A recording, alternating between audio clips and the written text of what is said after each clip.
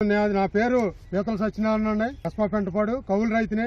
మరి ధాన్యానికి గవర్నమెంట్ ఎంతైతే రేటు నిర్ణయించిందో ఆ రేటు ప్రకారంగా మరి 48 గంటల్లో మరి డబ్బులు పడిపోవడం జరిగింది. మరి గత ప్రభుత్వంలో మరి 2 నెలలకే 3 నెలలకు కూడా డబ్బులు పడకపోతే రైతులు మరి అడిగితే ఎరిపప్ప అనే సందర్భాలు మనం గతంలో చూసాం.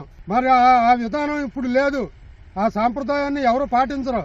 రైతు అనేది మరి దేశానికి ఎన్నుముకని మరి రాజకీయ నాయకులు ఎవరైనా సరే మరి రైతుని ఎంతో గౌరవంగా చూస్తారు.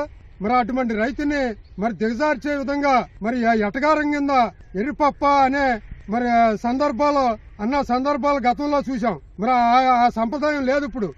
మరి రైతుకి ఎంతో ఆనందంగా మరి ఏదైనా అప్పులు తీర్చుకోవాలన్నా మరి రాబోయే కాలానికి రబీకి మరి తొందరగా మన సాధ్యపడాలన్నా మరి ముందుకెళ్లాలన్నా డబ్బులు ఎమ్మటే రావడం వల్ల రైతుకి కొంత అప్పు తీర్చుకుని కొంత దగ్గర పెట్టుకుని మరి రాబోయే రబీకి ముందుకెళ్తానికి రైతు ముందుగా చూస్తున్నాడు. మరి ఇటువంటి మరి ప్రభుత్వాన్ని మరి ఇది మంచి ప్రభుత్వం. ధాన్యం డబ్బులు పడిపోతున్నాడు, 24 గంటలు పడిపోతున్నాడు.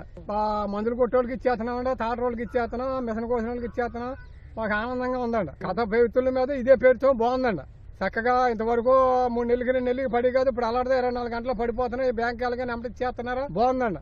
నా 28 గంటలు డబ్బులు పడిపోతున్నాయండి. ఈ మందులు కొట్లు కూడా కేయి కొట్లు కూడా ఇచ్చుకోవాల్సి వస్తుంది, ఇచ్చుకుంటున్నామండి. చాలా ఆనందంగా ఉంది. కన ప్రభుత్వంలో ఉండి నెలకు 2 నెలల కాడ కూడా పడ్డాయండి డబ్బులు. ఏ రోజు బ్యాంక్ వెళ్తే పడలేదని కోరండి, ఇలా పడిపోయినాయని కోరండి. చాలా ఆనందంగా ఉందండి మాకండి. ఇది రకంగా అయితే మాకు చాలా బాగుంటుందండి.